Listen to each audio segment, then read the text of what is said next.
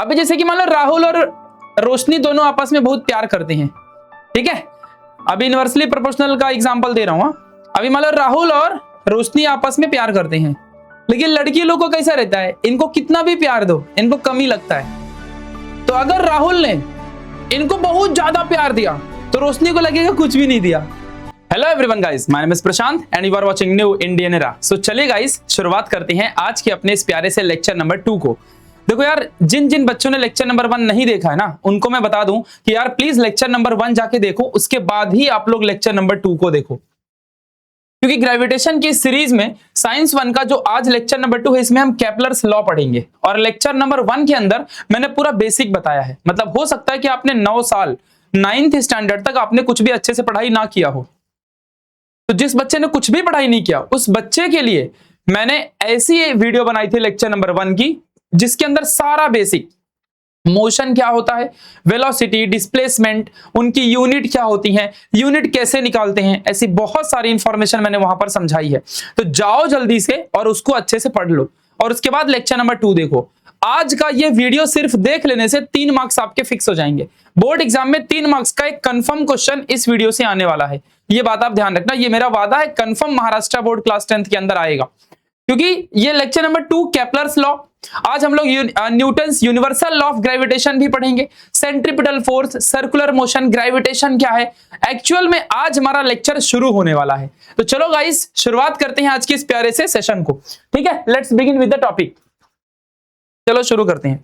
देखो भाई, मैंने एकदम प्यारी सी नोट्स बनाई है ग्रेविटेशन की, क्लास 10th की, ठीक है। और इस सेशन के अंदर आप लोग पूरा थियरी, पीवाईक्यू, डीप कॉन्सेप्ट के साथ सीखोगे। और ये पूरी नोट्स जो है हैंड रिटन है और इसको मैंने पूरी क्रिएट करी है।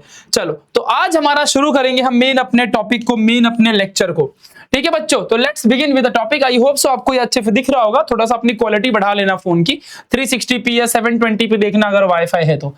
So what do you know about gravitation? ये हमारा एक क्वेश्चन है कैन यू रिकॉल का, है ना। हमने यहीं तक पढ़ के छोड़ दिया था लेक्चर 1 में। चलो अब शुरू करते हैं बच्चों। यार शुरू करने से पहले आपको बता दूं कि आप लोग मुझे फॉलो नहीं करते हो। मेरे इंस्टाग्राम आईडी है प्रशांत_T9, प्रशांत_T9। जाओ जल्दी से इस आईडी को फटाक से फॉलो कर लो, ठीक है। एंड यार लाइक नहीं करते हो आप लोग, इस वीडियो को सबसे पहले लाइक कर दो, ठीक है। चलो अब आ जाओ, शुरुआत करते हैं। तो देखो यार, सबसे इंपॉर्टेंट चीज जो है इस चैप्टर में पढ़ने के लायक, वो चीज है ग्रेविटेशन। तो सब देखो, सबसे एक लाइन मैं पहले डिस्कवर कर दूं। देखो ग्रेविटेशन है तो this concept is discovered by sir Isaac Newton, है ना। एक इजैक न्यूटन नाम के बंदे थे, है ना, आज से करीबन 150 साल पहले, 200 साल पहले। और इन्होंने सबसे पहली बार ग्रेविटेशन का मतलब समझाया था पूरी दुनिया को। तो यार चलो देखते हैं ग्रेविटेशन आखिरकार होता क्या है, कहां से डिस्कवर हुआ। तो आजा मेरी जान, चलो तुझे जन्नत दिखाता हूं। देख भाई, तो सबसे पहले मान लो कि ये हमारा अर्थ है और इसके ऊपर हमारा एक पेड़ है, ऐसा एक हमारा पेड़ है। और इस अर्थ में यहां पर हमारे न्यूटन बाबा बैठे हैं। न्यूटन बाबा ऐसे बैठे हैं, समझ लो, ठीक है, ऐसे ही बैठे ना। और पेड़ की छांव में हमारे न्यूटन बाबा ऐसे बैठे हैं, समझ लो, खड़े हैं, जो भी है। अब हमारा यहाँ पर एक एप्पल का पेड़ है, ये एप्पल लगा हुआ है। थोड़ी देर में ये एप्पल यहां से टूट करके नीचे इनके टकले में गिरता है। जस्ट इमेजिन अगर नारियल का पेड़ गिर जाता तो ये इतनी बड़ी थियरी कभी नहीं आती, न्यूटन बाबा स्वर्ग सुधार जाते।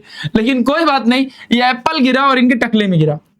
अब हुआ क्या था, एक बार की बात है कि न्यूटन और न्यूटन की वाइफ में झगड़ा हुआ। तो न्यूटन की वाइफ गुस्से में अपने मायके चली जाती हैं। ठीक है, तो 2 दिन तक न्यूटन घर में रहते हैं, उनके बाद उनकी वाइफ को याद करने लगते हैं अपने। तो न्यूटन बाबा भी अपनी वाइफ के पीछे पीछे चल देते, जाता हूं मायके से उसको लेके आऊंगा। तो बीच में जाते जाते एप्पल का पेड़ मिलता है, तो न्यूटन बाबा वहीं पर एप्पल के पेड़ में थोड़ा विश्राम करने लगते हैं, रेस्ट करने लगते हैं। और रेस्ट करते करते ऊपर से एप्पल का पेड़ गिरता है इनके टकले में। पेड़ नहीं, एप्पल खुद गिरता है। पेड़ गिरता तब तो थियरी ही नहीं आती ना। तो ये एप्पल इनके टकले में गिर जाता है। अब जैसे ही एप्पल इनके टकले में गिरता है तो इनको ये क्वेश्चन मन में आता है, यहीं से बहुत दुनियादारी हो गई। ये क्वेश्चन आता है कि ये एप्पल इधर क्यों नहीं गया, इधर क्यों नहीं गिरा, टूट के ऊपर क्यों नहीं गया, नीचे की तरफ ही क्यों आया। समझ रहे हो कि नहीं समझ रहे हो? ये एप्पल जो है ये नीचे की तरफ ही क्यों आया, ये सबसे बड़ा क्वेश्चन इनका था। कि जो एप्पल है ये नीचे की तरफ ही क्यों गिरा। Why apple is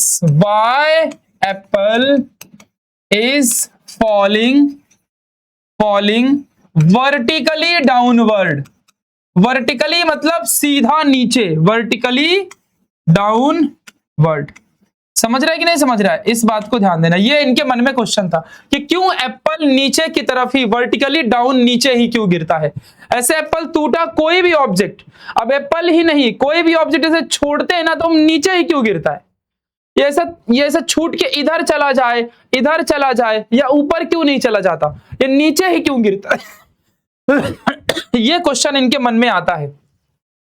तो आप देखो ये क्या डिस्कवर करते हैं, apple falls vertically downward, there must be force of attraction between earth and an apple. Newton को लगता है कि धरती में कुछ तो झोल है, ये अर्थ के अंदर कुछ तो है जो ऊपर से नीचे की तरफ खींच लेता है। कोई भी ऑब्जेक्ट वो ऊपर से नीचे की तरफ गिर जाती है, कोई भी ऑब्जेक्ट अर्थ उसको अपनी तरफ खींच लेता है। तो अर्थ में ऐसा कोई तो फोर्स ऑफ अट्रैक्शन है जो किसी ऑब्जेक्ट को अपनी तरफ खींच लेता है। क्या है, फोर्स ऑफ अट्रैक्शन है। क्या है हमारे अर्थ में, फोर्स ऑफ अट्रैक्शन है जो किसी भी ऑब्जेक्ट को अपनी तरफ उस अट्रैक्शनल फोर्स से खींच लेता है।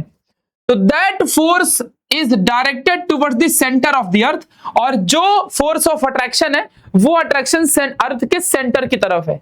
मतलब कि बच्चों कहने का मतलब यह है कि अगर मान लो हमारा अर्थ है ये, और अगर मान लो पेड़ यहां पर लगा होता, पेड़ यहां पर लगा होता तो भी एप्पल गिरता तो ऐसे गिरता। आप समझ रहे हो कि नहीं समझ रहे हो, मतलब चलो थोड़ा अच्छे से बना देता हूं।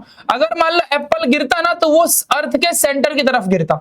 अगर मान लो पेड़ यहां पर भी होता बच्चों, तो जो एप्पल गिरता तो वो यहां पर गिरता। अगर मान लो बच्चों पेड़ यहां पर होता बच्चों, तो भी एप्पल जो गिरता वो अर्थ के सेंटर की तरफ ही जाता।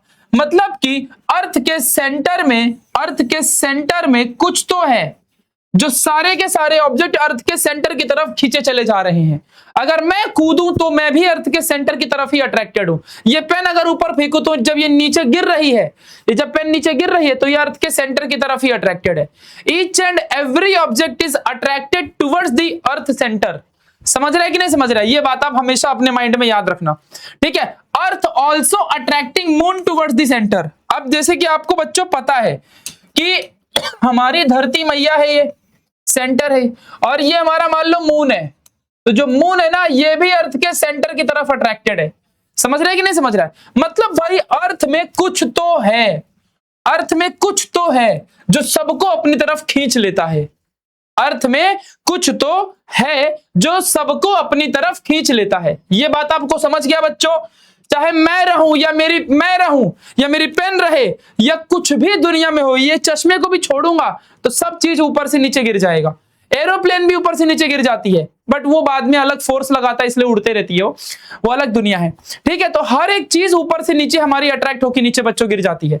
कुछ तो इस अर्थ के नीचे है जो खींच लेता है सबको ये भाई। तो वो क्या है, वो क्या है अर्थ में जो सबको अपनी तरफ खींच लेता है, तो वो है बच्चों ग्रेविटेशनल फोर्स। क्या है वो, ग्रेविटेशनल फोर्स। मतलब अर्थ में क्या है, अर्थ में क्या है, तो अर्थ हैज ग्रेविटेशनल फोर्स। अर्थ में क्या है बच्चों, ग्रेविटेशनल फोर्स। अर्थ में क्या है बच्चों, ग्रेविटेशनल फोर्स। अर्थ के पास ग्रेविटेशनल फोर्स है, इसीलिए किसी भी ऑब्जेक्ट को अर्थ हमारा अपने सेंटर की तरफ खींच लेता है। अर्थ हमारा अपने सेंटर की तरफ खींच लेता है। अर्थ हमारा अपने सेंटर की तरफ खींच लेता है। समझ रहे हैं कि नहीं समझ रहे, अर्थ हमारा अपने सेंटर की तरफ खींच लेता है। इस बात को आप लोग ध्यान रखना। अर्थ में हर एक वो चीज चाहे कुछ भी हो, अर्थ के पास क्या है, ग्रेविटेशनल फोर्स है। अर्थ के पास क्या है, ग्रेविटेशनल फोर्स है, इसीलिए कोई भी ऑब्जेक्ट अर्थ की तरफ घुस जाती है। आप इसी डायग्राम को बच्चों अच्छे से देख लो।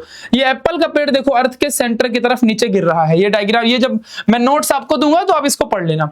इवन ये जो मून है, ये मून भी देखो अर्थ के सेंटर की तरफ बच्चों अच्छे से अट्रैक्टेड है।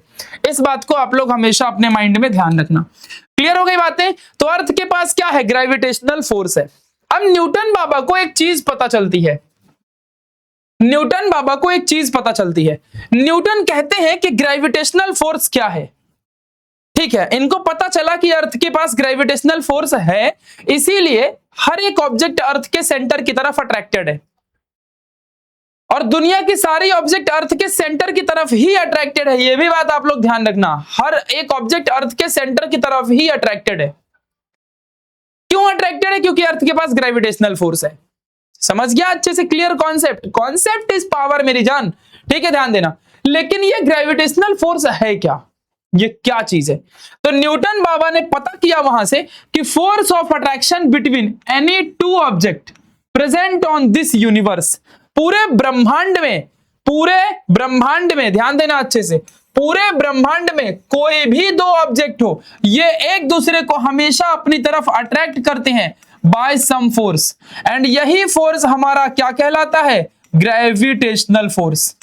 ग्रेविटेशनल फोर्स, यही फोर्स हमारा क्या कहलाता है? Gravitational force. मतलब कि दुनिया का कोई भी, पूरे ब्रह्मांड में, पूरे यूनिवर्स में कोई भी दो ऑब्जेक्ट हैं और ये दोनों ऑब्जेक्ट एक दूसरे को अट्रैक्ट करते हैं बाय सम फोर्स। जैसे कि बच्चों यहां पर अगर ये सन है, ये मून है, तो सन और मून भी एक दूसरे को अट्रैक्ट कर रहे हैं। अगर ये सन है और ये अर्थ है तो ये भी एक दूसरे को अट्रैक्ट कर रहे हैं। अगर ये सन है, ये नेपच्यून है, तो भी एक दूसरे को अट्रैक्ट कर रहे हैं। दुनिया में कोई भी, मतलब ये एक चट्टान है, ये दूसरी चट्टान है, ये भी अट्रैक्ट कर रही है ना। मैं यहां पर बैठा हूं और ये डिजिटल बोर्ड है, ये हम दोनों को भी अट्रैक्ट कर रहा है। मतलब मैं यहां पर हूं और ये हमारा यहां पर डिजिटल बोर्ड लगा हुआ है, तो ये मुझे अट्रैक्ट कर रहा है और मैं इसको अट्रैक्ट कर रहा हूं। Each and every object attracts to each other by some force, and that force is called as gravitational force. समझा? तो what is gravitational force? Force of attraction between any two object present on the universe, ब्रह्मांड, है ना। तो ये एक object, ये दूसरा ऑब्जेक्ट, ये एक दूसरे को बाय सम फोर्स से अट्रैक्ट करते हैं, है ना, किसी फोर्स से अट्रैक्ट करते हैं, and that force is called as GF, gravitational force. बच्चों जीएफ यूनिवर्सल है ना, ग्रेविटेशनल फोर्स यूनिवर्सल है, सब में लगती है ना सब में जीएफ अप्लाई होती है। सही बात है कि नहीं?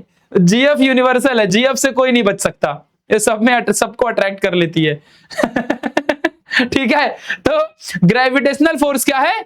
Force of attraction between any two object present in the universe. Repeat करो मेरे साथ, व्हाट इज ग्रेविटेशनल फोर्स?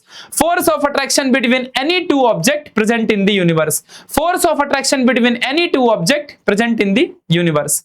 अब बच्चों ठीक है, अर्थ में हमारे ग्रेविटी थी, इसीलिए कोई भी ऑब्जेक्ट हमारे अर्थ के सेंटर की तरफ अट्रैक्टेड है, अर्थ के सेंटर की तरफ अट्रैक्टेड है। एप्पल हमारा अर्थ के सेंटर की तरफ ही खींचा चला गया, क्योंकि अर्थ के पास क्या है? जीएफ है। अर्थ के पास क्या है? ग्रेविटेशनल फोर्स है। समझ रहा है कि नहीं समझ रहा है? अच्छा, तो कोई टीचर इसको ग्रेविटी क्यों बोलता है बच्चों? कोई टीचर ग्रेविटी क्यों बोलता है? आ जाओ, मैं आज आपको इस कॉन्सेप्ट को भी क्लियर कर देता हूं।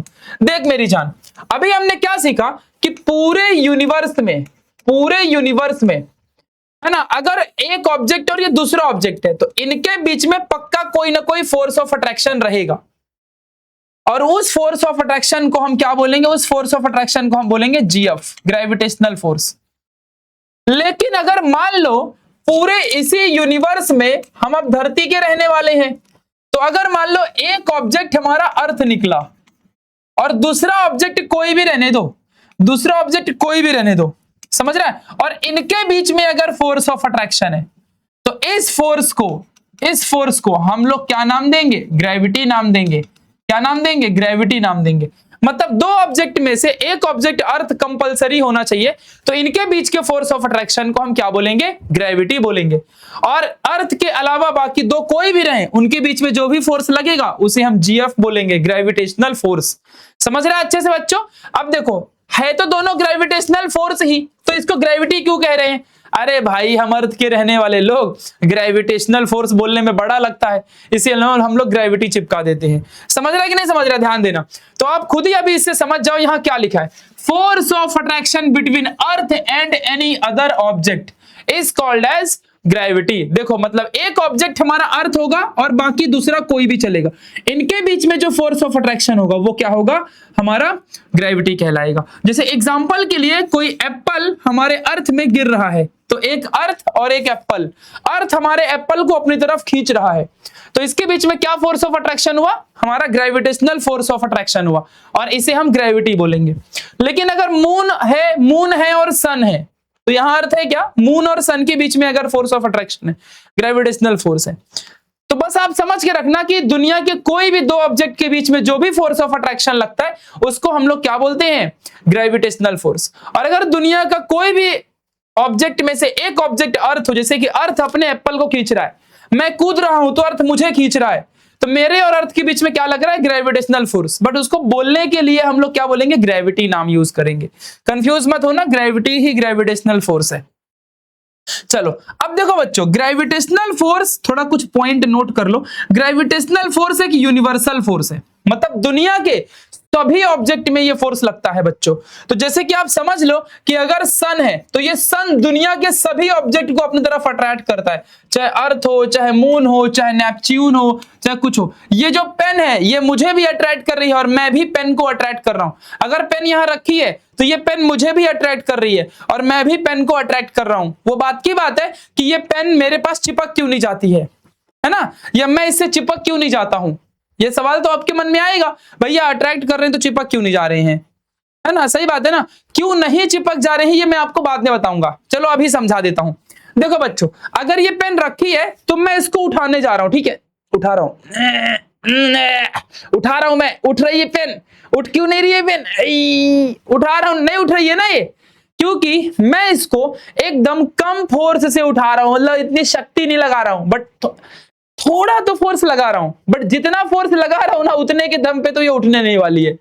सही बात है कि नहीं, बस यही है हमारा फोर्स ऑफ अट्रैक्शन। तो ग्रेविटेशनल फोर्स सबसे वीकेस्ट फोर्स माना जाता है बच्चों, सबसे वीकेस्ट फोर्स हमारा ग्रेविटेशनल फोर्स होता है, ठीक है, लगता तो है बट उसका असर कुछ नहीं होता।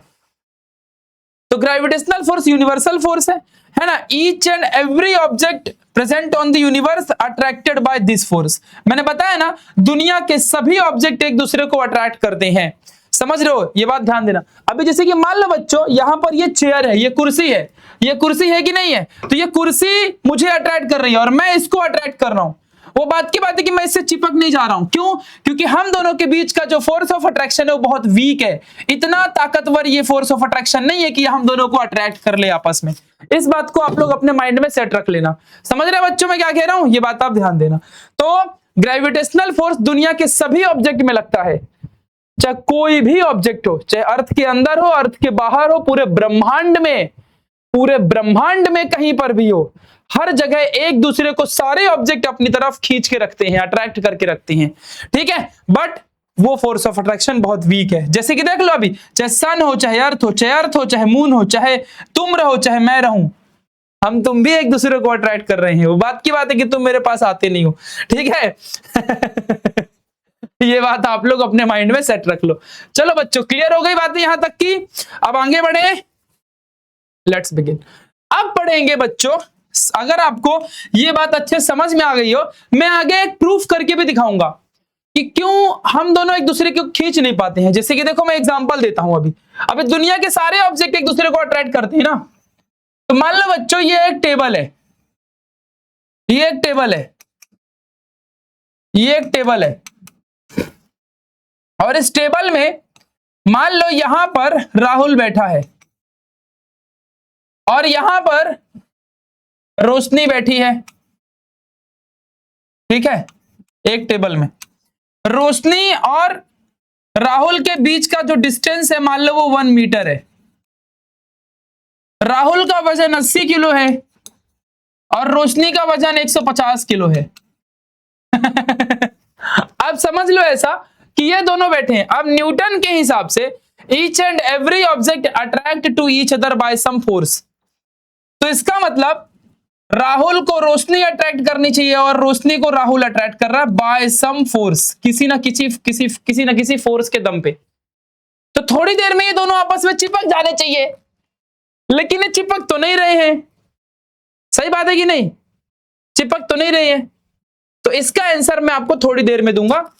आप अभी इस क्वेश्चन को होमवर्क समझ लो, आप इसका आंसर सॉल्यूशन ढूंढ के बताओ क्यों नहीं चिपक रहे हैं। बट अट्रैक्ट करेंगे, इन दोनों एक दूसरे को अट्रैक्ट जरूर करेंगे, ये कंपलसरी है भाई, न्यूटन ने बोला है अट्रैक्ट तो करेंगे, लेकिन चिपक क्यों नहीं जा रहे हैं, इसका आंसर आप लोग कमेंट में बताओगे, मैं थोड़ी देर में बताऊंगा।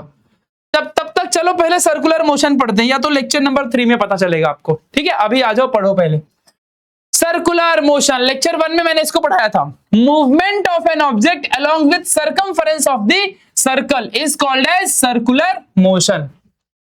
समझ गया अच्छे से, मतलब किसी भी ऑब्जेक्ट का movement along with circumference of the circle. जैसे कि बच्चों कोई भी ऑब्जेक्ट है, अगर कोई भी ऑब्जेक्ट मान लो अगर, और उस जैसे कि ये पेन है और इस पेन को तुमने रस्सी से बांध दिया और रस्सी से बांध के तुम ऐसे ऐसे घुमा रहे हो, तो ये ऑब्जेक्ट ऐसे ऐसे घूम रहा है, ये ऑब्जेक्ट ऐसे ऐसे क्या हो रहा है, घूम रहा है, और मैं इसको ऐसे ऐसे घुमा रहा हूं, ये ऑब्जेक्ट ऐसे ऐसे घूम रहा है ना। तो ये ऑब्जेक्ट क्या कर रहा है, सेंटर के अलोंग क्या कर रहा है, सेंटर के अलोंग क्या कर रहा है, सर्कुलर मोशन कर रहा है। तो movement of an object along with circumference of the circle is called as circular motion. Movement of an object along with circumference of the circle is called as circular motion. जैसे कि आप लोग यहां पर बच्चों देख लो अच्छे से, आप लोगों को खुद समझ में आ जाएगा। तो ये मेरा ऑब्जेक्ट है और ये ऑब्जेक्ट देखो यहां पर, ये सर्कमफरेंस के अलोंग क्या कर रहा है, मूवमेंट कर रहा है। ये ऑब्जेक्ट है ना, सर्कमफरेंस के अलोंग क्या कर रहा है, मूवमेंट अलोंग सर्कमफरेंस, है ना। ये बात ध्यान देना। तो ये मैं कह सकता हूं कि ये ऑब्जेक्ट मेरा सर्कुलर मोशन कर रहा है। तो 1 मार्क्स की डेफिनेशन बोर्ड एग्जाम में आती है, movement of an object along with circumference of the circle is called as circular motion. ये उसके डायग्राम है, ध्यान देना। अच्छा बच्चों अब एक बात बताओ, अब मेन कहानी, सर्कुलर मोशन तो समझ गया आपको कि movement of an object along with circumference of the circle, और सर्कुलर पाथ, सर्कमफरेंस अच्छा है लाइन यही बोलने का। अब मान लो बच्चों आपने इस पेन में रस्सी बांधी ऐसे, मान लो इस पेन के अंदर आपने ऐसे रस्सी बांधी और रस्सी बांध के आप इसको ऐसे ऐसे घुमा रहे हो, ऐसे ऐसे घुमा रहे हो। अगर मान लो ये रस्सी को आप तोड़ दो तो क्या ये पेन ऐसे घूमेगी, क्या ये पेन घूमेगी। देखो ये बंदे ने, ये बंदा जो है, इस बंदे ने एक हाथ से रस्सी से पेन, देखो इस ऑब्जेक्ट को घुमा रहा है, ये ऑब्जेक्ट है ना इसके पास, इस ऑब्जेक्ट को ये ऐसे ऐसे घुमा रहा है, घुमा रहा है कि नहीं घुमा रहा है, देख लो ध्यान से, घुमा रहा है ना। ये बंदा इस ऑब्जेक्ट को पकड़ के ऐसे ऐसे घुमा रहा है। अगर मान लो ये रस्सी को छोड़ दे, अगर ये रस्सी को छोड़ दे, ये या टूट जाए रस्सी, तो क्या ये ऑब्जेक्ट अगल ऐसे गोल गोल घूमेगा, अगल बगल इसके ऐसे गोल गोल घूमेगा क्या, ये नहीं। मतलब बच्चों कुछ तो है ऐसे, जब मैं इसको घुमाऊंगा तो मेरा हाथ सेंटर में रहेगा, कुछ तो है जो वो रस्सी से वो ऑब्जेक्ट बंधा हुआ है। अगर वो रस्सी छूट जाएगी तो हमारा ऑब्जेक्ट फेंका जाएगा, ऐसे दूर की तरफ फेंका जाएगा, ऐसे फेंका जाएगा, ठीक है ध्यान देना। तो मतलब कि कुछ तो है जो ये ऑब्जेक्ट को अर्थ के या किसी सर्कल के सेंटर की तरफ अट्रैक्ट करवा के रखा है। आप खुद देख लो, ये ऑब्जेक्ट जो है हमारा, ये सर्कल के सर्कमफरेंस के अलोंग घूम रहा है, घूम रहा है कि नहीं घूम रहा है। लेकिन अगर ये रस्सी, ये जो सेंटर है यहां पर सेंटर, अगर ये रस्सी छूट जाए तो ये हमारा ऑब्जेक्ट भाग जाएगा। इसका मतलब ये ऑब्जेक्ट अंदर की तरफ भी कोई तो फोर्स है जो इसको खींच रखा है। जैसे कि अभी मेरा ऑब्जेक्ट घूम रहा है ना, तो इसे मैं घुमा रहा हूं, अभी मैं इसे टिचकी मारूंगा ऐसे ऐसे, तो मेरा ऑब्जेक्ट भी हिलेगा, सही बात है कि नहीं। अगर ये रस्सी छूट जाए तो हमारा ऑब्जेक्ट भाग जाएगा। मतलब कुछ तो है जो उस ऑब्जेक्ट को सेंटर की तरफ अट्रैक्टेड रखा है, मेरे हाथ की तरफ अट्रैक्टेड रखा है ना। तो जो यहां पर फोर्स लग रहा है बच्चों, इसी फोर्स को हम लोग कहते हैं सेंट्रीपिटल फोर्स। मतलब कि बिना सेंट्रीपिटल फोर्स के कोई भी ऑब्जेक्ट गोल गोल नहीं घूम सकता। अगर ये फोर्स सेंटर की तरफ लगेगा ही नहीं तो ये ऑब्जेक्ट कभी भी गोल गोल घूमेगा ही नहीं, सर्कुलर मोशन करेगा ही नहीं, फिर तो ये ऑब्जेक्ट फेंका जाएगा इधर की तरफ, सही बात है कि नहीं, ऐसे दूर की तरफ फेंका जाएगा, फेंक दोगे आप इसको, सही बात है कि नहीं। तो force acting on an object directed towards the centre is called as centripetal force. ये बात ध्यान देना अच्छे से। तो यहां पे देखो मैंने क्या लिखा है कि circular motion is not possible without centripetal force, without centripetal force, बिना सेंट्रीपिटल फोर्स के सर्कुलर मोशन कभी भी पॉसिबल ही नहीं है। मतलब आप किसी भी ऑब्जेक्ट को कभी भी गोल गोल घुमा ही नहीं सकते हो अगर आप उसको बीच में से खींचते ना रहो, अभी ऐसे मैं रस्सी से पकड़ लिया, अब मैं ऐसे से घुमा रहा हूं तो ये घूम रहा है, अगर मैं घुमा रहा हूं तभी ना ये घूम रहा है, अगर मैं छोड़ दूंगा तो ये फेंका जाएगा। तो मतलब कुछ तो है जो इसको सेंटर से मैं बांध के रखा हूं तब ये घूमेगा, बांध के रखा हूं तभी ये घूमेगा, है ना। तो बिना सेंट्रीपिटल फोर्स के कभी भी ऑब्जेक्ट गोल गोल नहीं घूम सकता, वो फेंका जाएगा। इस बात को आप ध्यान रखना। तो यहां पे क्या लिखा है, मोस्ट इंपॉर्टेंट लाइन, आप लोग अपने स्कूल में टॉपर से पूछना, ए चल बता सेंट्रीपिटल फोर्स अगर नहीं लगाऊंगा तो क्या सर्कुलर मोशन होगा या नहीं होगा, ऐसे पूछने का, तब देखना वो क्या बोलता है। आप अपने दिमाग से स्कूल में पूछो टीचर से या स्कूल से या किसी टॉपर से। तो circular motion is not possible, याद रखना बच्चों, सर्कुलर मोशन पॉसिबल ही नहीं है विदाउट सेंट्रीपिटल फोर्स। ये बात आप ध्यान रखना। ये बात क्या आपको पता थी स्कूल में, किसी ट्यूशन में आपको किसी ने बताया, नहीं बताया, मतलब आप समझ लो किससे पढ़ रहे हो। अब चलो सेंट्रीपिटल फोर्स के बारे में पढ़ेंगे। अब देखो ये जो CF है ना, सेंट्रीपिटल फोर्स जो अंदर की तरफ लग रहा था, जो अंदर की तरफ लग रहा था, अब इसके बारे में बात करेंगे। तो थोड़ा सा एक बार और समझा देता हूं अच्छे से, देख लो। अगर कोई भी ऑब्जेक्ट, बच्चों एक बार और समझा रहा हूं, अगर कोई भी ऑब्जेक्ट गोल गोल घूम रहा है ऐसे, तो एक बात का ध्यान रखना कि इस ऑब्जेक्ट में सेंटर की तरफ हमारा एक फोर्स लग रहा है जिसको सेंट्रीपिटल फोर्स बोलते हैं, समझ रहा है। और इनके बीच का जो डिस्टेंस है वो रेडियस है, इस बात को ध्यान रखना अच्छे से, आर है। तो मतलब कि सेंट्रीपिटल फोर्स यहां पर अंदर की तरफ लग रहा है, सेंटर की तरफ लग रहा है। अगर ये सेंट्रीपिटल फोर्स नहीं लगेगा तो ये ऑब्जेक्ट हमारा कभी भी गोल गोल नहीं घूमेगा, इस बात को ध्यान रखना बच्चों, ठीक है। इसका मतलब जो सेंट्रीपिटल फोर्स है, सेंट्रीपिटल जो फोर्स है ये सेंटर की तरफ अट्रैक्टेड है, सेंटर की तरफ अट्रैक्टेड है, अट्रैक्टेड है। इस बात को आप लोग ध्यान देना, समझ रहे बच्चों क्या कह रहा हूं मैं, सेंटर की तरफ ही अट्रैक्टेड है। चलो तो अब यहां देख लो, अब प्रॉपर डेफिनेशन देखो, ए force acting on an object, ध्यान देना, एक ऐसा फोर्स जो किसी ऑब्जेक्ट में लग रहा है, acting on an object, A force acting on an object moving along circumference, एक ऐसा फोर्स जो इस ऑब्जेक्ट में लग रहा है और ये ऑब्जेक्ट सर्कमफरेंस के अलोंग घूम रहा है, ये ऑब्जेक्ट सर्कमफरेंस के अलोंग घूम रहा है, moving along circumference of this circle, and it is directed towards the centre, and जो ये फोर्स है ये force directed towards the centre, directed towards the centre, समझ रहे बच्चों क्या कह रहा हूं मैं, and it is directed towards the centre of the circle is called as centripetal force. एक बार और रिपीट करता हूं, a force acting on an object moving along the circumference of the circle, a force acting on an object moving along the circumference of the circle and directed towards the center of the circle, and directed towards the center of the circle,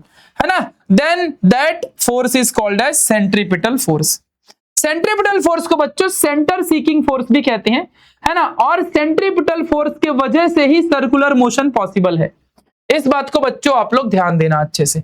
चलो समझ गया यहां तक की बातें, किसी को कोई डाउट है क्या सेंट्रीपिटल फोर्स के बारे में, किसी को कोई डाउट है, एक बार कमेंट में लिखो जल्दी फटाफट। क्वालिटी मतलब न्यू इंडियन एरा, अगर आपको डेफिनेशन यहीं पर याद हो गई हो, चलो मेरे साथ एक बार रिपीट करो definition, A force acting on an object moving along circumference and it is directed towards the center of the circle, then that force is called as centripetal force।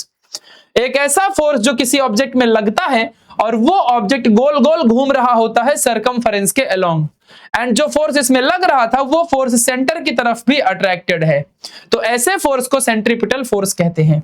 समझ गया, अच्छे से ध्यान देना, centripetal force centre seeking force है और इसी की वजह से सर्कुलर मोशन कॉज होता है, इस बात को आप लोग ध्यान रखना। अब बच्चों बात करेंगे formula for centripetal force. Centripetal force का क्या फॉर्मूला है, तो सेंट्रीपिटल फोर्स का फॉर्मूला है mv स्क्वायर अपॉन r। क्या फॉर्मूला है इसका, mv स्क्वायर अपॉन r। अब आप बोलोगे भैया ये फॉर्मूला कहां से आ गया, ये फॉर्मूला कहां से आ गया, तो आ जाओ समझाता हूं। यहां पे एक छोटी सी डायग्राम मैंने बना रखी है और इसके थ्रू आपको समझ जाएगा। तो मान लो बच्चों ये ऑब्जेक्ट है और ये सेंटर की तरफ अट्रैक्टेड है बाय सेंट्रीपिटल फोर्स, और ये ऑब्जेक्ट देखो गोल गोल घूम रहा है, ये ऑब्जेक्ट हमारा गोल गोल घूम रहा है, सरकमफरेंस के अलोंग में ऐसे ऐसे गोल गोल घूम रहा है ये ऑब्जेक्ट, और डायरेक्टेड किसकी तरफ है, हमारे सेंटर की तरफ इसमें फोर्स अट्रैक्टेड है। अब इस ऑब्जेक्ट का मास कितना होगा, m, और जिस स्पीड से, कुछ तो इसकी स्पीड होगी ना, भाग रहा है जो, कुछ तो इसकी स्पीड होगी, तो मान लो इसकी v हमारी वेलोसिटी है, v वेलोसिटी है इसकी, और जो सेंटर से लेकर के और इसके बीच का जो डिस्टेंस है वो r है ना, वो r है, और मास कितना है, m है। तो देखो m v² upon r, m क्या है, मास ऑफ ऑब्जेक्ट, v क्या है, वेलोसिटी, r क्या है, रेडियस ऑफ सर्कल, है ना। ये बात आप लोग समझ के रखना। जैसे कि आज मैं समझा देता हूं यहां पर फिर से, कि मान लो ये ऑब्जेक्ट है, ये सेंटर की तरफ अट्रैक्टेड है, सेंटर की तरफ ये अट्रैक्टेड है, ठीक है, और ये ऐसे ऐसे सर्कल के अलोंग घूम रहा है, भाग रहा है, तो भागेगा तो कुछ तो इसकी वेलोसिटी होगी ना बच्चों, कुछ तो इसकी वेलोसिटी होगी, और ये ऑब्जेक्ट जो है इसका कुछ तो मास होगा, और ये सेंटर से लेके यहां तक इसका कुछ तो डिस्टेंस भी होगा, है ना, और जो इसमें फोर्स लग रहा है वो सेंटर की तरफ लग रहा है, तो क्या होगा इसका फोर्स, तो centripetal force is equal to m into v² upon r, इसका फॉर्मूला है। ये फॉर्मूला कैसे आया ये मत पूछो, बट ये पूछो कि ये फॉर्मूला का मतलब क्या है, ये क्योंकि ये फॉर्मूला कैसे आया ये चीज आपको क्लास 12th में 11th में समझेगी। तो r हमारा रेडियस है, और v हमारी वेलोसिटी है, v हमारी क्या है, ऑब्जेक्ट की वेलोसिटी, और ये क्या है, हमारा मास है, हमारे ऑब्जेक्ट का क्या है, मास है, यानी हमारा ऑब्जेक्ट कितना वजनदार है, मास हमारा क्या है ऑब्जेक्ट का, ये r क्या है हमारा बच्चों, रेडियस है, और हमारा v क्या है, हमारा वेलोसिटी है। तो ये बात आप लोग ध्यान रखना अच्छे से। तो यहां तक की सारी बातें आपको क्लियर हो गई क्या? अगर क्लियर हो गई है तो बहुत अच्छी बात है, आपको सेंट्रीपिटल फोर्स का फॉर्मूला समझ गया अच्छे से बच्चों। किसी को कोई डाउट है यहां तक? एक बार जल्दी बता दो। सेंट्रीपिटल फोर्स हमने अच्छे से सीख लिया। अब एक इंपॉर्टेंट पॉइंट नोट कर लो बच्चों, ये चीज कोई टीचर आपको नहीं बताएगा, कोई भी नहीं बताता ये चीज। जैसे कि मान लो बच्चों, अभी ये मून है और ये अर्थ है, तो ये जो मून है, ये मून भी तो हमारे अर्थ की तरफ अट्रैक्टेड है, तभी तो ये मून हमारे अर्थ का गोल गोल चक्कर लगाता है, तभी तो ये मून हमारे अर्थ का गोल गोल चक्कर लगाता है। सही कह रहा हूं कि नहीं कह रहा हूं? ये मून हमारे अर्थ का गोल गोल चक्कर तभी तो लगाता है, नहीं तो क्यों लगाएगा? क्योंकि ये जो मून है ये हमारे सेंटर की तरफ अट्रैक्टेड है with the help of centripetal force. अभी अभी हमने पढ़ा था थोड़ी देर पहले कि ग्रेविटेशनल फोर्स भी लगता है हमारे अर्थ और मून के बीच में, क्योंकि भाई दुनिया के कोई भी ऑब्जेक्ट हो उनके बीच में जीएफ तो लगेगा ही लगेगा, ये तो यूनिवर्सल फोर्स है। मैंने आपको पढ़ाया भी था बच्चों अभी अभी कि हमारा ग्रेविटेशनल फोर्स जो है ये एक यूनिवर्सल फोर्स होता है। Gravitational force is a universal force. भूल जाते हो क्या 2 मिनट के अंदर लाइन पढ़ के? Gravitational force is a universal force. दुनिया के सभी ऑब्जेक्टों में हमारा ग्रेविटेशनल फोर्स लगता ही लगता है। दुनिया के किसी भी ऑब्जेक्ट में ग्रेविटेशनल फोर्स तो लगेगा, लेकिन सर्कुलर मोशन की थियरी के हिसाब से जो मून है ये अर्थ की तरफ अट्रैक्टेड है और with the help of centripetal force, और इनमें ग्रेविटेशनल फोर्स भी लगेगा, इसीलिए मून अट्रैक्टेड है। तो क्या हम कह सकते हैं क्या कि ग्रेविटेशनल फोर्स और सेंट्रीपिटल फोर्स दोनों सेम है, दोनों एकदम सेम है? तो सेंट्रीपिटल फोर्स भी तो लग रहा है अर्थ और मून के बीच में, तो हम कह सकते हैं क्या कि ग्रेविटेशनल फोर्स यानी GF is equal to centripetal force, GF is equal to CPF. समझ रहे हैं अच्छे से? तो ये चीज भी आप लोग ध्यान रखना, जो कोई टीचर आपको नहीं समझाता 11वीं में आपको ये चीज समझ में आएगी। तो इसका मतलब बच्चों हमें क्या सीखने मिला कि जैसे कि मान लो अगर ये हमारा सन है ना, और सन के अलोंग बहुत सारे प्लैनेट घूम रहे हैं, सन के अलोंग बहुत सारे प्लैनेट घूम रहे हैं, सही बात है कि नहीं? जैसे यहां पर एक प्लैनेट घूम रहा है, यहां पर एक प्लैनेट घूम रहा है, यहां पर एक प्लैनेट घूम रहा है, हर एक ऑर्बिट में एक एक प्लैनेट घूम रहे हैं। तो देखो अभी समझना, तो ये प्लैनेट भी सन की तरफ अट्रैक्टेड है, ये प्लैनेट भी सन की तरफ अट्रैक्टेड है, ये प्लैनेट भी सन की तरफ अट्रैक्टेड है। तो इन सभी प्लैनेटों में सीपीएफ भी लग रहा है और इन सभी प्लैनेट में जीएफ भी लग रहा है। मतलब कि कभी भी प्लैनेटों में सेंट्रीपिटल फोर्स हमेशा ग्रेविटेशनल फोर्स के बराबर होता है, क्योंकि यहां पर सर्कुलर मोशन भी तो ये सब कर रहे हैं, और सर्कुलर मोशन बिना सेंट्रीपिटल फोर्स के कभी पॉसिबल ही नहीं होता। ये बात आप लोग ध्यान रखना। समझ रहे हैं बच्चों क्या कह रहा हूं मैं? तो किसी भी प्लैनेट में भी CPF हमेशा GF के बराबर होता है। हालांकि ये एग्जाम में नहीं आएगा, लेकिन मेरा काम क्या है, बच्चों को ट्रेन करना, इसलिए मैंने ये चीज आपको ट्रेनिंग दे दी। अब चलो बच्चों, हमारा यहां तक का टॉपिक कवर हुआ। अब हमारा सर्कुलर मोशन, सेंट्रीपिटल फोर्स, सब कुछ हमने पढ़ लिया। बोलो यहां तक सबको मजा आया? सबको यहां तक मजा आया क्या पढ़ने में? जल्दी बता दो एक बार कमेंट सेक्शन में।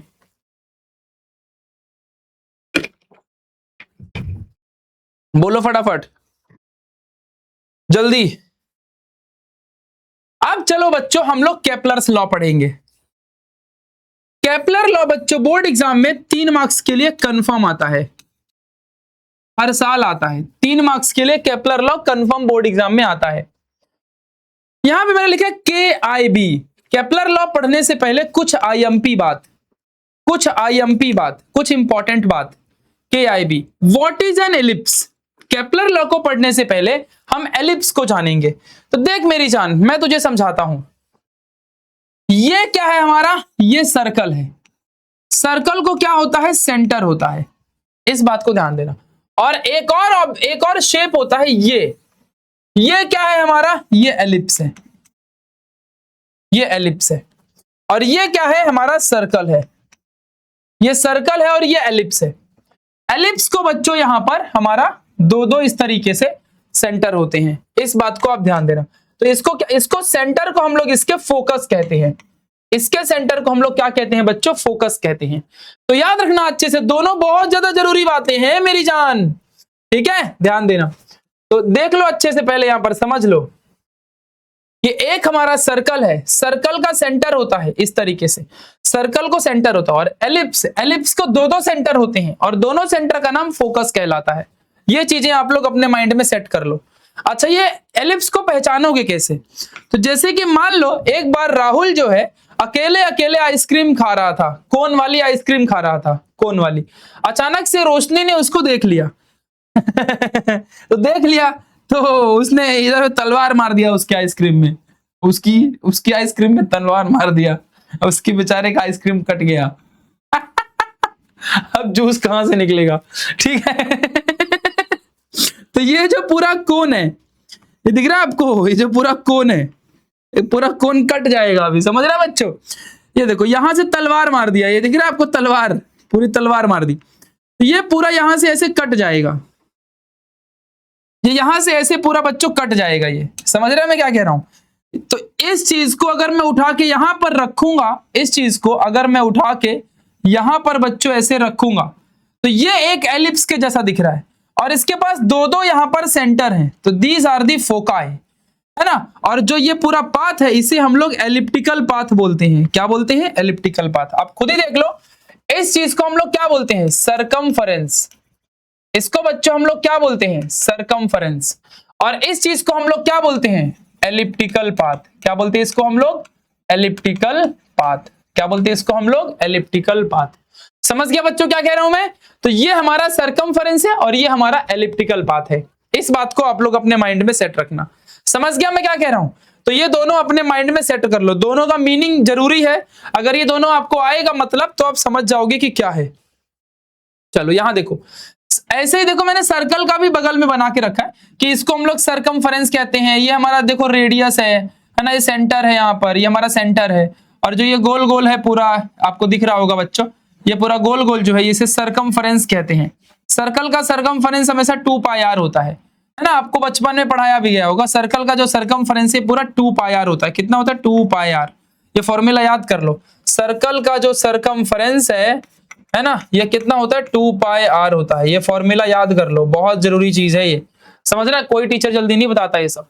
तो 2πr बच्चों, इसको अच्छे से पढ़ लो, समझ लो, याद कर लो।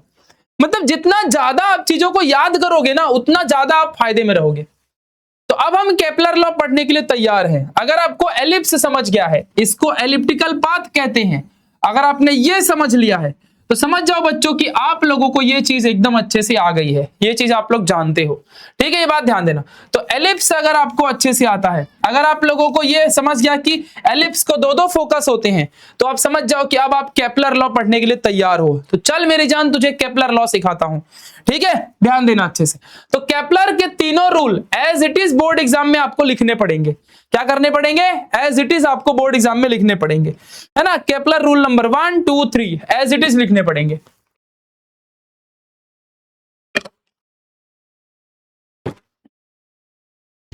चलो शुरू करते हैं, आ जाओ समझते हैं तीनों रूल को अच्छे से। तो केपलर्स फर्स्ट लॉ, सबसे पहले क्या पढ़ेंगे, केपलर्स फर्स्ट लॉ, ध्यान देना अच्छे से। फर्स्ट लॉ केपलर का क्या कहता है, केपलर बाबा आते हैं और इन्होंने प्लेनेटरी मोशन के बारे में कुछ बताया। इन्होंने बोला orbit of a planet is an ellipse, अरे बाप रे, with the sun at one of the foci, क्या बात है। तो देखो इन्होंने क्या बोला अच्छे से कि हमारा जो प्लैनेट सौर मंडल में, जो हमारा पूरा सोलार सिस्टम, मतलब सौर मंडल, हिंदी में सौर मंडल बोलते हैं और इंग्लिश में सोलार सिस्टम बोलते हैं। तो हमारे पूरे सोलार सिस्टम में जो हमारा सन बैठा है वो बीच में बैठा है, और जो हमारे जितने भी प्लैनेट है, नेपच्यून, मार्स, मंगल ग्रह, मार्स मंगल एक ही है ना, और क्या है भाई, बहुत सारे और भी हैं। तो जितने भी हमारे प्लैनेट है सारे के सारे, ये प्लैनेट हमारे एलिप्टिकल पाथ में घूमते हैं, सर्कल में नहीं घूमते, ऐसा गोल गोल सर्कल में नहीं घूमते, ये लोग एलिप्टिकल पाथ में घूमते हैं। यानी कि the orbit of a planet is an ellipse, हमारे प्लैनेट का ये जो ऑर्बिट है ये कैसा है, एलिप्टिकल पाथ में है, इज एन एलिप्स, समझ रहे हैं बच्चों, ellipse. And the sun is at one of the foci, sun हमारे एक फोकस पर बैठा हुआ है, सन हमारे एक फोकस पर, इधर भी तो बैठ सकता था सन दूसरे फोकस में, लेकिन नहीं, दोनों में से किसी एक फोकस में सन बैठा है। यही है हमारा पहला रूल, याद करो मेरे साथ, the orbit of a planet is an ellipse and the sun is at one of the foci, the orbit of a planet is an ellipse and the sun is at one of the foci. समझ में आया क्या छोटे, समझा क्या, ध्यान रखना अच्छे से। तो ध्यान देना अच्छे से, केपलर का फर्स्ट लॉ क्या है, the orbit of a planet is an ellipse and the sun is at one of the foci. समझ गया क्या मेरी जान, ध्यान रखना अच्छे से। अब बात करते हैं केपलर का सेकंड लॉ। पहला लॉ समझ गया क्या, ध्यान देना अच्छे से, ऑर्बिट और एलिप्टिकल पाथ एक ही बात है, लिख के भी रखा हूं दो, ठीक है। केपलर से सेकंड लॉ पढ़ते हैं बच्चों, देखो, the line joining the planet and the sun sweeps equal area in equal interval of time। हाय ये क्या है रे बाबा, आजा इसका मतलब समझाता हूं, देख मेरी जान, आजा तुझे मतलब समझाता हूं। तो मान लो ये एलिप्स है, ये हमारे सन्नी पाजी बैठे हैं, ये हमारा सन है। अब ध्यान से देखना बच्चों क्या है इसमें, तो मान लो क्या लिखा है इसमें, ये हमारा प्लैनेट है, एक ये हमारा प्लैनेट है, एक ये हमारा इधर प्लैनेट, इधर भी है, इधर भी प्लैनेट है, इधर भी प्लैनेट है, ठीक है। अब देखो, तो मान लो बच्चों ये प्लैनेट से ये सन तक और ये प्लैनेट से ये सन तक हमारे क्या है, लाइन हमने ज्वाइन किया, lining joining the planet and the sun, planet and the sun, line joining the planet and the sun, line joining the planet and the sun. अभी समझ रहा है क्या मेरी जान, ठीक है। Line joining the planet and the sun sweeps area, ये देखो एक एरिया इधर, ये एक एरिया इधर, ये एक एरिया इधर, ऐसा अलग अलग बीच का एरिया बनेगा ना, तो स्वीप्स इक्वल एरिया, मतलब अगर मान लो ये एरिया नंबर 1, ये एरिया नंबर 2, ये एरिया नंबर 3, तो स्वीप्स इक्वल एरिया, ये सारी एरिया क्या होंगी, इक्वल होंगी। ऐसा किसने बोला, हमारे केपलर भैया ने। कभी भी बच्चों रट्टा मत मारो, कॉन्सेप्ट को सीखो, आंसर अपने आप याद हो जाता है। अब देखो आपको याद हो गया, the line joining the planet and the sun sweeps equal area in equal interval of time, है ना, देखो याद हो गया, the line joining the planet and the sun sweeps equal area in equal interval of time. देखो यही चीज मैंने यहां भी बताया, ये हमारा एक प्लैनेट, दूसरा प्लैनेट, तीसरा, चौथा, पांचवा, A1 A2 A3 done done, A1 A2 A3, हमारे तीनों एरिया इक्वल होंगे। समझ गया बच्चों, केपलर का सेकंड लॉ ढंटनान हो गया। अब थर्ड लॉ, अरे बाप रे, तीसरा नियम बहुत ही कठिन बाटे, चलो शुरू करते हैं। तो तीसरा लॉ, केपलर्स थर्ड लॉ, क्या पढ़ेंगे अभी, केपलर्स थर्ड लॉ पढ़ेंगे। अब चलो बच्चों देखते हैं कि केपलर का तीसरा नियम क्या है। बड़ा डेंजर है रे बाबा। तो चलो मैं तुमको केपलर का थर्ड लॉ ऐसे समझा देता हूं, आपको ऐसा टकाटक समझ में आ जाएगा।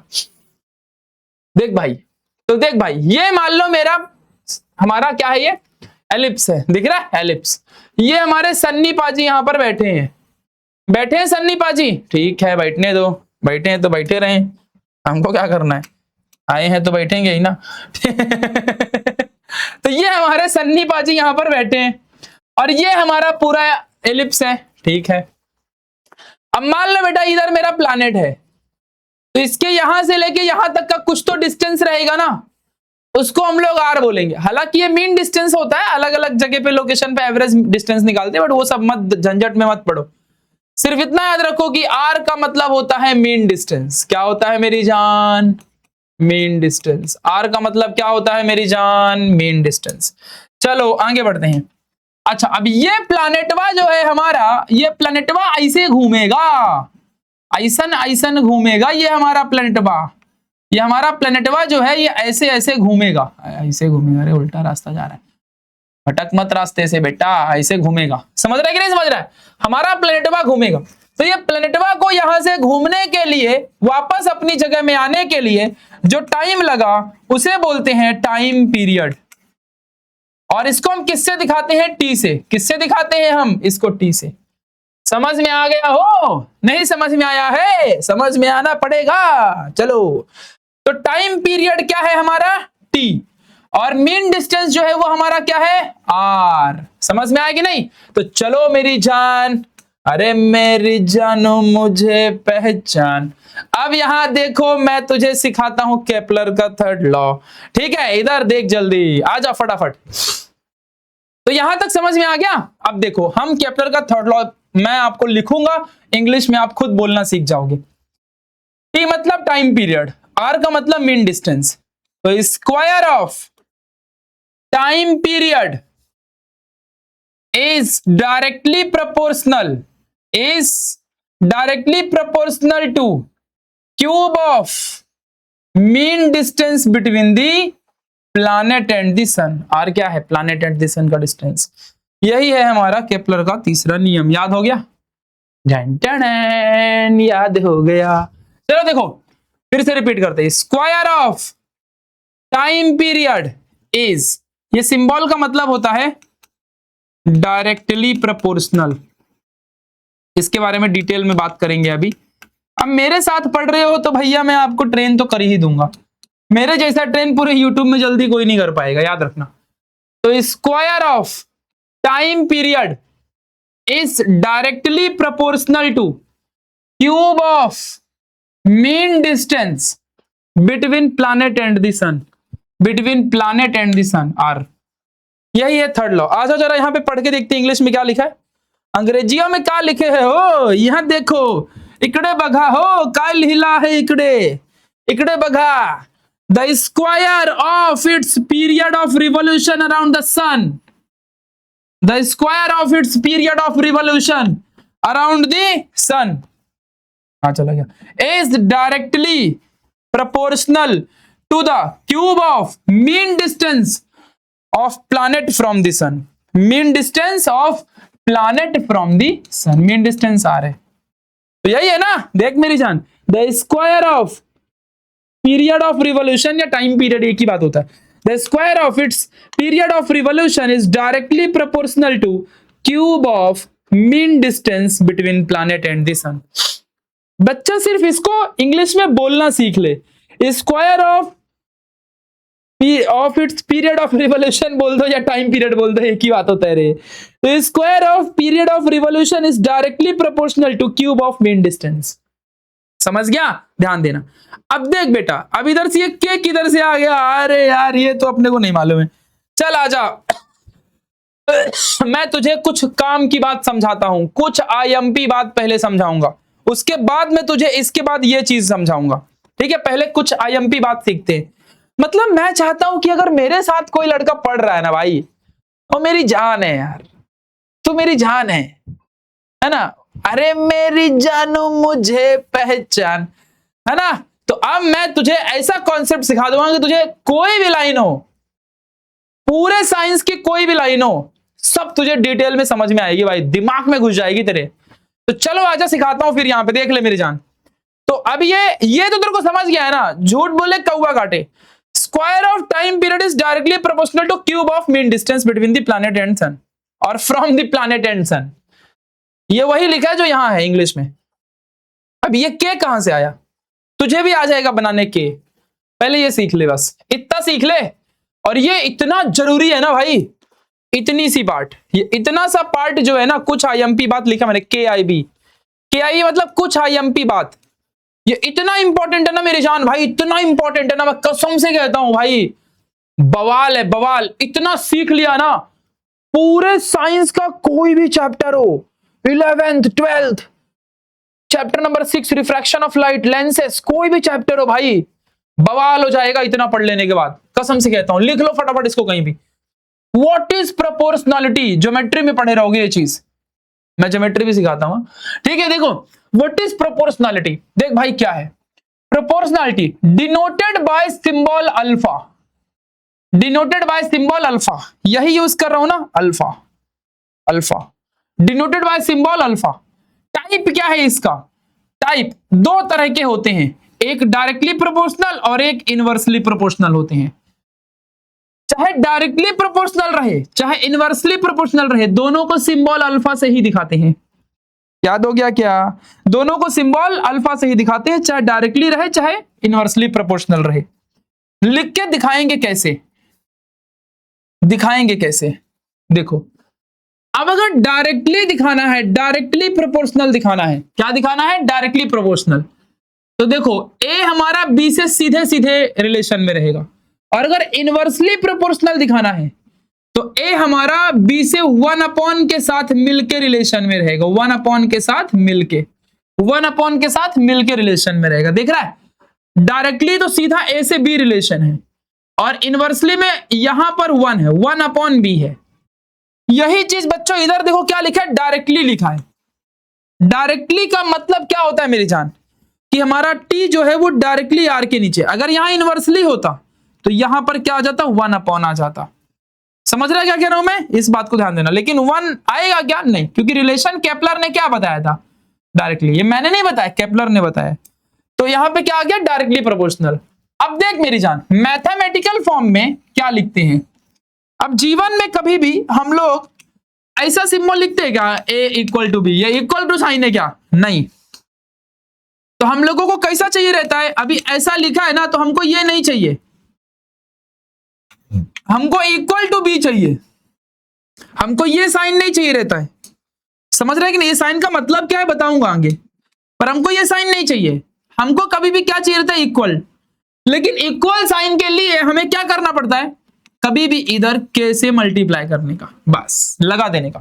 मतलब ये साइन को हटाओ और इसके जगह में =k को लगाओ। समझ में आया कि नहीं समझ में आया मेरी जान, ये इतना इंपॉर्टेंट है ना, इतना इंपॉर्टेंट है ना, inverse square law of gravitation सीखने के टाइम पे काम आएगा। बहुत डेंजर वाला थियरी जो हर टीचर स्किप करता है, मैं करवाऊंगा उसको, ठीक है। तो ये ध्यान रख लो, तो ये =k वाला जो पार्ट है इसको आप लोग ध्यान रखना। समझ में आया, तो देखो यहां पर, तो ये सिंबल हटा के देखो =k, ये सिंबल हटा के देखिए =k, किधर भी =k लगा भाई। k का मतलब क्या है, कांस्टेंट ऑफ प्रोपोर्शनलिटी, किधर भी दिखा लगा भाई, लगा लगा डाला, इसको लगा डाला तो लाइफ जिंगा लला, मतलब याद रखने का, इसको हटाने का, =k लगाने का। अच्छा अभी तू मेरे को बोलेगा कि भैया ये सिंबल का मतलब क्या है, तो देख इधर समझाता हूं। ये कलर दिखते ना तेरे को, ये B अगर ऊपर जाएगा तो A क्या होगा, A भी ऊपर जाएगा। सिंबल का कलर पे ध्यान दे, अगर B बढ़ेगा तो A भी बढ़ेगा। अब ये सिंबल का मतलब देख, अगर मान ले तेरा B घटेगा तो तेरा A भी घटेगा। ये बात तो समझ के रखना अपने माइंड में। क्लियर है क्या मेरी जान, समझ में आएगा छोरे, समझ में आएगा। देख अगर B बढ़ेगा तो A भी बढ़ेगा, अगर B घटेगा तो A भी घटेगा। इसका मीनिंग यही होता है, समझ गया। डायरेक्टली प्रोपोर्शनल का मतलब होता है कि अगर तेरे, जैसे कि एक रिलेशन बताता हूं, अगर तेरे पापा अमीर तो तू भी अमीर, तेरे पापा गरीब तो तू भी गरीब। वो तो बात की बात है, तू कमाएगा जब पढ़ाई करेगा मेरे से, सही बात है कि नहीं।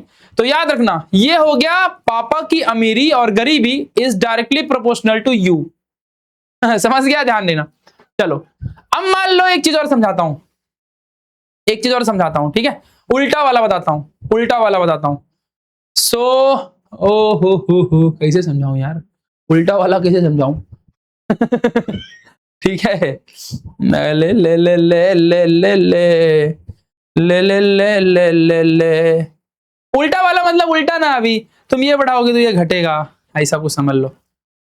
समझा कि नहीं समझा? अच्छा हाँ, अभी जैसे कि मान लो राहुल और रोशनी दोनों आपस में बहुत प्यार करते हैं, ठीक है। अभी इनवर्सली प्रोपोर्शनल का एग्जांपल दे रहा हूं। अभी मान लो राहुल और रोशनी आपस में प्यार करते हैं, लेकिन लड़की लोग को कैसा रहता है, इनको कितना भी प्यार दो इनको कमी लगता है। तो अगर राहुल ने इनको बहुत ज्यादा प्यार दिया तो रोशनी को लगेगा कुछ भी नहीं दिया। और अगर लड़की लोग को बहुत बैड बॉयज पसंद रहते हैं, तो अभी मान लो अगर कोई लड़के ने कुछ भी प्यार नहीं दिया, बहुत गाली विली देता है, तो लड़की को लगेगा वाओ अल्फा मेल है, बहुत प्यार देता है, बहुत देता है। सही बात है कि नहीं? ऐसा लगेगा।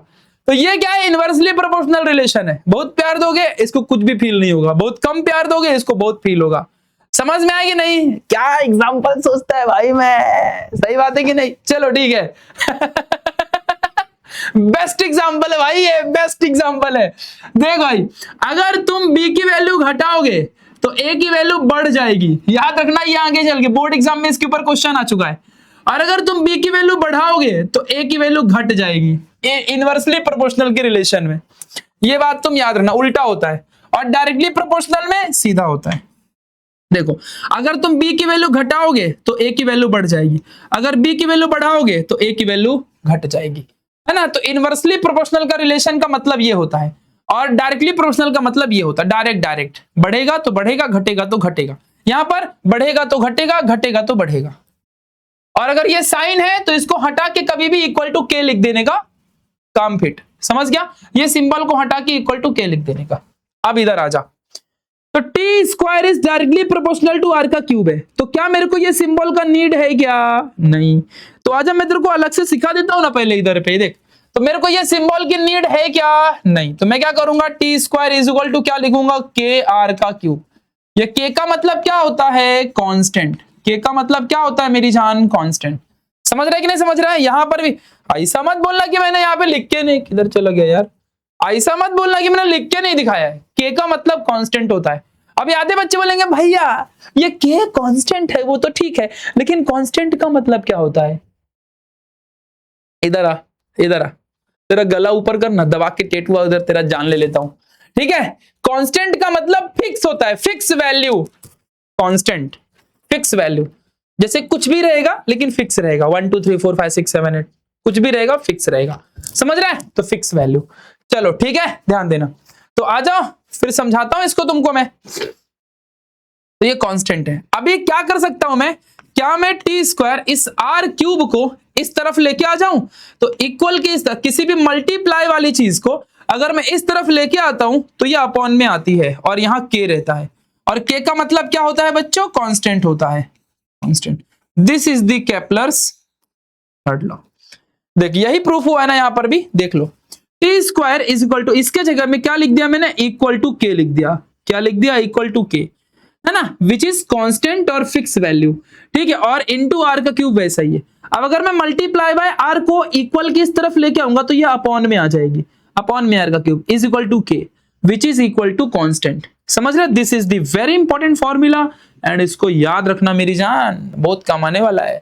समझ गया कि नहीं समझ गया? ये डायग्राम भी देख लो। This was the Kepler's third law.